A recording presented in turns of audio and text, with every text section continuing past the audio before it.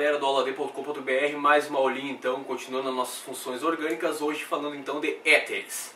O que são os éteres? Como que a gente identifica um éter? Um éter é um composto que vai ter um oxigênio entre os carbonos, tá? A gente vê uma cadeia carbônica de um lado, uma cadeia carbônica de outro e um oxigênio entre elas.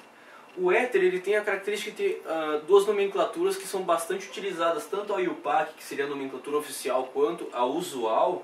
São duas nomenclaturas bastante utilizadas e eu vou exemplificar aqui, tá, com as duas maneiras para a gente ver. Então olha só como é o éter. É o oxigênio, cadeia carbônica de um lado, cadeia carbônica de outro. Eu posso ter, né, o éter que tem os dois lados iguais ou que tenha lados diferentes, que são os outros exemplos que eu tenho aqui, certo? Como é que funciona? Aqui nós não vamos utilizar o princípio da ordem alfabética que a gente vem vendo, né, nos compostos orgânicos. A gente vê assim, ó, um lado e outro do oxigênio, o lado menor e o lado maior, certo? Na nomenclatura IUPAC, a nomenclatura oficial, a gente vai escrever o nome do lado menor acompanhado do sufixo oxi, depois a gente escreve o nome do lado maior acompanhado do sufixo ano, certo? Então, como é que eu vejo esse composto aqui, ó? Ele tem esse lado igual ao outro, então não vai fazer diferença aqui. Tanto um quanto o outro são et, né? Então seria etoxi etano, certo? Nomenclatura usual seria éter, aí o lado menor eu ponho il, o lado maior eu ponho ílico. Seria éter etil etílico. Acontece que a gente não escreve dessa maneira quando nós temos dois lados iguais. A gente usa o princípio do di. Então ao invés de escrever etil etílico, nós escrevemos dietílico. Aí fica assim o nome dele, éter dietílico. Inclusive esse daqui é o composto, digamos assim, o mais famoso dessa função orgânica. O éter dietílico é o famoso anestésico, certo? E ele é muito inflamável e tal. Ele caiu em desuso porque, pelo fato de ele ser muito inflamável, ele ser utilizado, né, para anestesiar as pessoas, ele era utilizado na forma de gás, e ele na forma gasosa ele é muito mais denso do que o ar, então ele se acumula perto do solo, então qualquer faísca, qualquer fagulha causa um acidente bem grave, então ele tem caído em desuso, tá? Esse outro éter aqui, ó, temos o lado menor, o lado maior. A gente olha aqui, esse lado menor é de um carbono, né, met. Esse lado maior aqui é de 2 carbonos, então é et. Como é que fica a nomenclatura oficial? O lado menor com oxi, então metoxi. O lado maior com ano, et etano. Então ó, metoxi etano é a nomenclatura oficial. Como é que fica a nomenclatura usual? A nomenclatura usual a gente escreve éter, e aí onde nós temos o lado menor, nós colocamos il. Então o lado menor é met, então é metil. Lado maior é et, então o lado maior com ílico. Metil etílico, certo? Então ó, éter quer dizer que tem o oxigênio lá. Do lado eu tenho um carbono, do outro lado eu tenho 2. Certo? Nesse caso aqui, ó, uma estrutura de linha, eu vejo que aqui eu tenho o lado menor, ó, com 1, 2, 3 carbonos. Isso aqui é prop. Certo?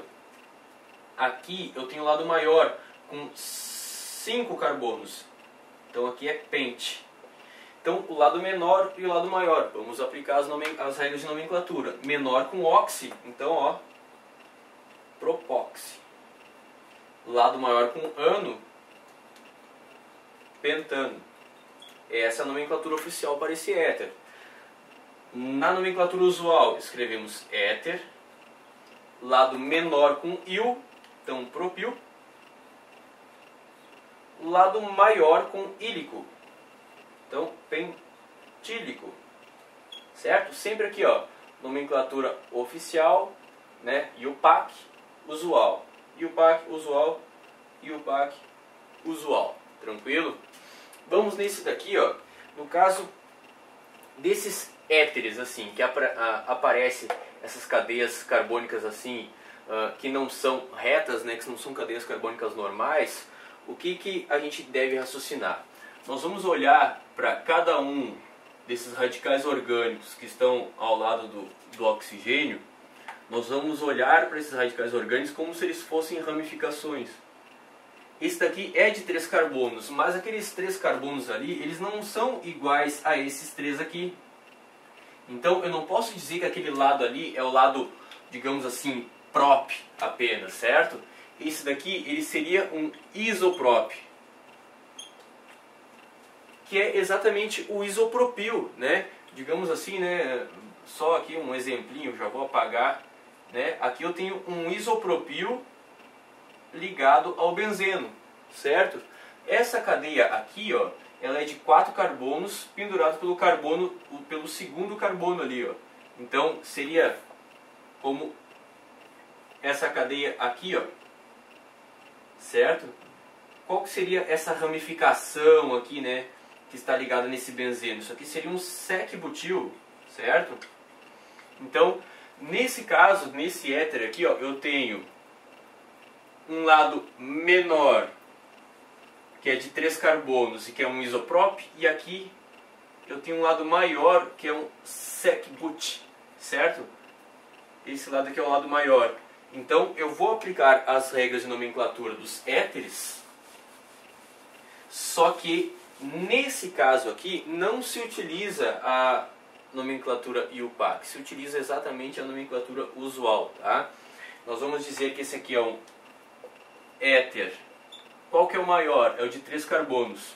Então nós vamos dizer lado menor com IU, isopropil, lado maior com ílico. Então o lado maior é sec-but, né? Sec-butílico. Tranquilo? Vamos montar uma estrutura de um éter aqui, ó, a partir de um nome. Vamos escrever aqui então éter etil isobutílico, por exemplo. Certo? Então o que eu escrevi? Que é um éter, então ele tem o oxigênio entre os carbonos.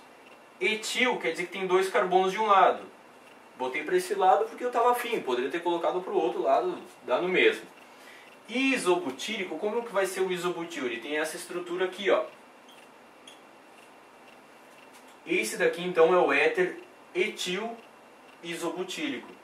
Por que o nome que eu escrevi ele está, digamos assim, atendendo à regra? Porque eu falei aqui primeiro um lado de 2 carbonos e aqui depois o lado que era de 4 carbonos, né? Porque eu tenho que respeitar a regra que diz que quando eu estou falando da nomenclatura usual, assim como também na IUPAC, eu sempre falo primeiro o lado menor, depois o lado maior. Tranquilo?